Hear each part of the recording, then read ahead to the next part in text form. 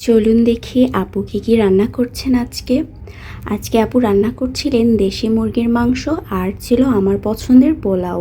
পোলাওটা শুধু আমারই পছন্দের না, আমার আপুরও কিন্তু ভীষণই পছন্দের পোলাও।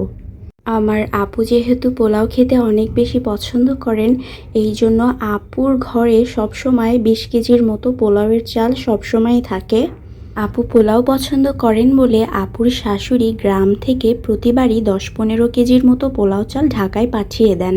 ঢাকাতে দেশি মুরগি খুব একটা পাওয়া না গেলেও আপুর শাশুড়ি কিন্তু অনেকগুলো করে দেশি মুরগি আপুদের জন্য ঢাকায় পাঠিয়ে দেন।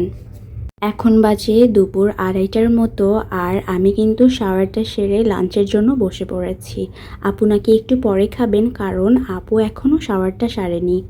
আপু খাবারগুলো টেবিলে দিয়ে দিয়েছেন আর আমি কিন্তু খাবারটা শুরু করে দিয়েছি। অনেক মজা হয়েছে। আপুর প্রত্যেকটা আইটেমই আমার কাছে অনেক বেশি ভালো লাগে। আপুর হাতের খাবার আমার অনেক মজা লাগে, আমি মজা করে খাই।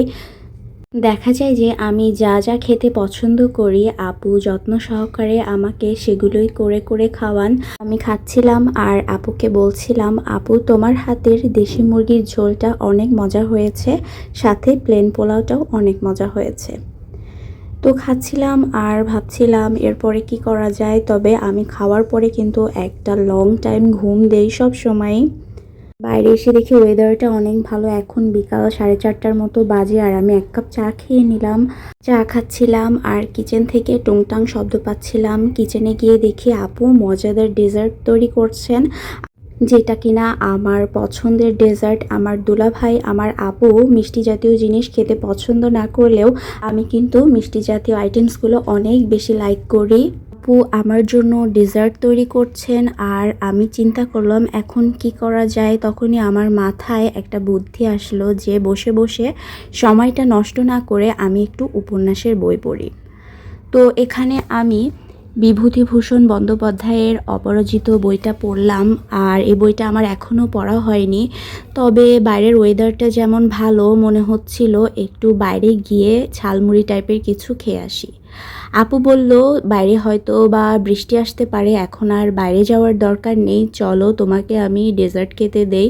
বলতে না বলতে আপু আমার সামনে ডেজার্ট নিয়ে হাজির হয়ে গিয়েছেন। আমি তো একদম অবাক হয়ে গিয়েছি। আমার কাছে যে মিষ্টি আইটেমসগুলো কত ভালো লাগে যে আমি আপনাদের বোঝাতেই পারবো না। আমার যেমন ঝাল আইটেমসগুলো অনেক বেশি ভালো লাগে, তেমনি আমার মিষ্টি আইটেমসগুলো অনেক বেশি ভালো লাগে।